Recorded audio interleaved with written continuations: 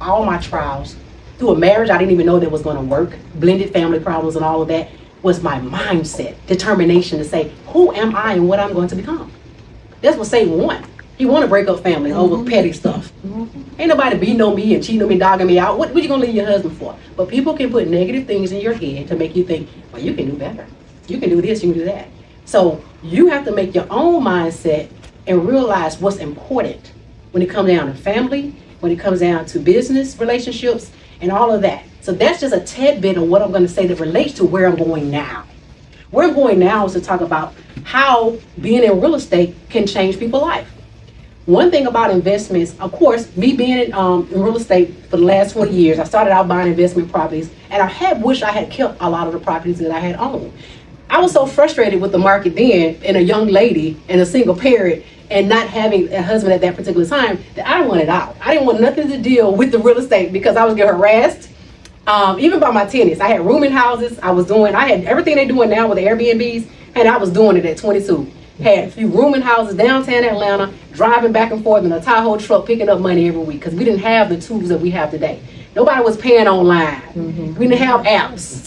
So I was picking up cash. I don't even have that in my blood. Now I'd be afraid to walk around with $2,000 in my pocket coming from a rental property.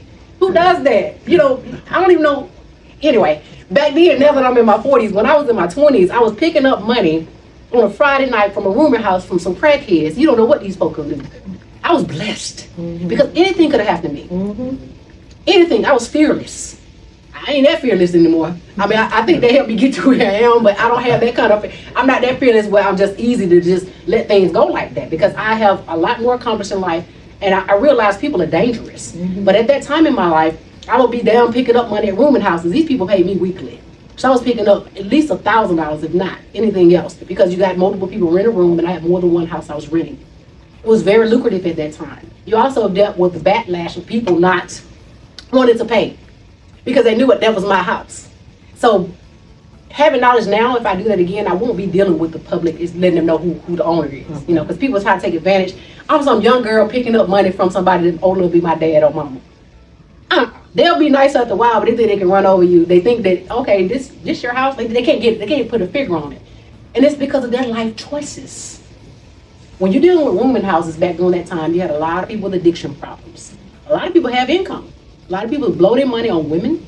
They blow their money on things. They blow their money on alcoholism. And so that messes your life up. And me being a young person seeing that, I'm like, oh no, I ain't with it. I ain't trying to live like that. Because I knew what direction I wanted to go.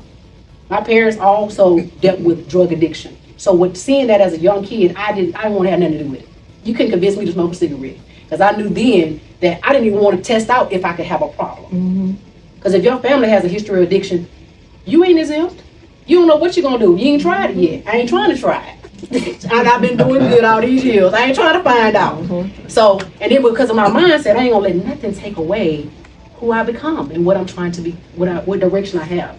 And I say this because that was just one aspect. The rooming houses that I experienced during that time, now we're doing Airbnbs. Airbnbs is another way people are making money. And they made some new laws against it now because they got everybody making money. These investors are snatching up properties here left and right in all the states, everywhere. And now we're doing short stays. So another way that individuals who want to invest, because of what's going on with the Airbnb, they're doing short stay rentals. Instead of doing long-term rentals where someone moves in and they're renting a home for 6 months to a year, they're doing 90 days and we're getting more money up front because they're doing short-term stays, so you're going to pay a lot more money than you normally would pay. And a lot of these people are coming in town because they're coming in for nurses, medical field, other types of field where they're doing contracting work where they need a place to stay, but they don't want to be stuck in a long-term lease, and they're getting money from their employment, which allows them to be able to come in and be able to have a success by renting out a place and saving some of the money. And a possibility of recovery if there's an issue. It's real estate. Real estate is where it's at. It's real. It's real. It's tangible. It's something that you can pass down. It's something that right now, those who had property, Lord knows, if I kept all them houses I had back then, I'd be pretty wealthy. I'm doing good now, but I would be doing pretty good. But as a young person, I don't regret, getting rid of some of that stuff, because you have to regroup. And in life decisions that you make, everything ain't always knowledgeable about what direction you're going to go and where you're going to end up at. So I don't regret like that, but then you realize, okay, now that I know a little bit more, I would have kept some of them houses instead of selling them off, because I would have been able to recuperate that money. But it was a lot more involved when you're dealing with property. It's not just, oh, okay, I'm gonna be a landlord. It's a lot of responsibility. And so now, when I'm talking to people about investments, because I got people calling me from California, New York, all over the world wanting to buy here. And I'm thankful, because once people know you, they tell their friends. So what's happening with me, it's a ripple effect. Once people are happy with you, it goes back to those 5 platforms of success. Your customer service, the quality service you provide allows other individuals to want to work with you. So whatever business you have, whatever you're doing, that's how you grow, is the quality service you provide. And so with that being said, I got investors from all over that's reaching out. And so what I tell all the investors who want to do something here, because of the price of the property is reasonable, you need to have a property manager. You need to have that in place. That little 10% money ain't gonna do nothing. They're gonna be able to get the best bang for your buck. You're not dealing with them. No one knows you the owner. They're gonna think you're gonna give a deal, because we own rental property here. And I promise you, my husband deal with these young ladies. And sometimes I'll say, you know what, next time when we get a new tenant, we're doing property manager. I don't even want to manage a property, because that's not what I do. As a real estate broker, you can manage properties. You can deal with, have a separate business doing rental properties and managing. That's not my interest. I'm not interested in managing other people's property. And even if I have my own, I will have somebody else handling that, because I don't want to deal with these people who think that I'm their friend. Because after a while, they're gonna think you give them a little. They like to rent from landlords because they feel like you're gonna work with them. Life is not about having somebody work with you. You live in an apartment, you don't pay your bill, you're gonna be out. Period. They might work with you a little bit, but it's not about having somebody work with you. We do want stable housing in the community. But some people live like this. They come from one place to another. Before you know it, they're all over the place. No stable situation. And what I do is educate people on why having a financial stability is very important for your success in life. When dealing with the community, we're dealing with young people and adults. So the next thing that I've implemented was my credit consulting program, helping individuals understand about credit. One thing about understanding credit is not about just your scores. Understanding what's on your credit report is more important than what's on your scores. Because if you don't know what's on your credit report, you don't know what's impacting them. You need to know what's being reported, bad or good. If you got an 800 score, you need to know how did you get the 800 score. My score has finally made the 800s, and I've always had great credit, but it didn't just all of a sudden be 800s right away just because I was paying my bills. It was based on how I paid, how much money I was making. The credit bureaus know when you make money too. They can tell if you're able to pay things off and instead of pay the minimum due.